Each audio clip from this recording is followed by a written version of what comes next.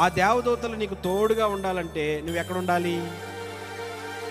కళ్ళు దుకాణం దగ్గర, సినిమా హాల్లోనా, లేకపోతే ఇంకో చోట ఎక్కడ ఉండాలి? ముసలమ్మ ముచ్చట్లు, కబుర్లు అక్కడ కాదు. నువ్వు ఎక్కడ ఉండాలంటే దేవుని మందిరానికి వస్తే దేవదూతలు నీతో పాటు వస్తాయి. హల్లెలూయా. ఒకటి గుర్తుపెట్టుకోండి, ఏ రోజైతే నువ్వు దేవుని మందిరానికి దూరం అవుతావో ఆ వారంలో నీకు అనారోగ్యాలు వస్తాయి, ఆ వారంలో నీకు కొన్ని నష్టాలు కలుగుతాయి, ఆ వారంలో ఫైనాన్షియల్ దెబ్బ తగులుతుంది, ఆ వారంలో భార్యాభర్తల మధ్య కొట్లాట రావచ్చు, ఆ వారంలో ఏదో ఒక ఇబ్బంది వస్తుంది.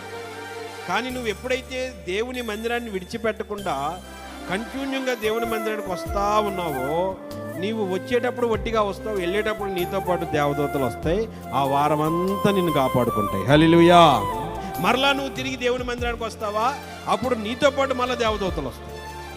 ఇలాగా మీరు కావాలంటే గుర్తుపెట్టుకోండి, నేను చెప్పిన మాట కాదు కానీ అనుభవించండి, అనుభవపూర్వకంగా తెలుసుకోండి. ఈరోజు నేను మందిరానికి వెళ్ళాను, ఈ వారం అంతా ఎలా ఉంది, ఈరోజు నేను మందిరానికి వెళ్ళలేదు, ఈ వారం అంతా ఎలా ఉంది, మీరే అనుభవపూర్వకంగా తెలుసుకోండి. హల్లెలూయా.